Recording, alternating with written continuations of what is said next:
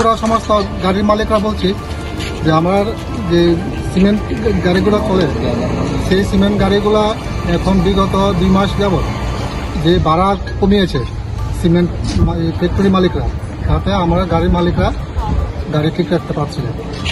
এখন আমাদের বরাক উপত্যকার যে গাড়ির মালিকরা এবং মেঘালয় গাড়ির মালিকরা সমস্ত সবাই মালিকরা একটা সিদ্ধান্ত উপনীত হয়েছে যে আমরা গাড়ি ভাড়া যদি না বাড়াই তাহলে আমরা গাড়ি আর চালাবো না।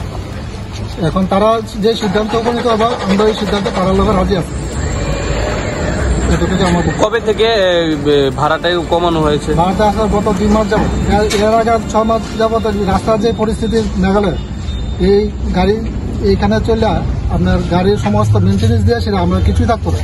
ওই সময় আমরা গাড়ি চালাই রাখছি, তখন আমরা গাড়িটা কিছু ভাড়া আসলো একটু, কিন্তু এখন গাড়ির যে পরিমাণ ভাড়া কমাইছে, এখন গাড়ির রাস্তা মোটামুটি ঠিক হয়েছে, কিন্তু এখন তারা পুরো গাড়ি ভাড়া কমাই দিচ্ছে। কত টাকা ভাড়া ছিল, এখন কত টাকা কমানো হয়েছে? এখন হয়েছে 1700 টাকা, আগে আসলো 2400 টাকা। এখন সরকারি ন্যায্য মূল্য যদি আমরা ভাড়া যদি তারা সিমেন্ট ফ্যাক্টরি মালিকের সাথে যদি সিমেন্টটা করে দেয় তাহলে আমরা উপকার পাবো। আর বরাক ভ্যালির যে মালিকরা আর মেঘালয়ের যে মালিকরা তারা যে সিদ্ধান্ত করবো আমরা এই সিদ্ধান্তে আমরা ত্রিপুরা মালিকরা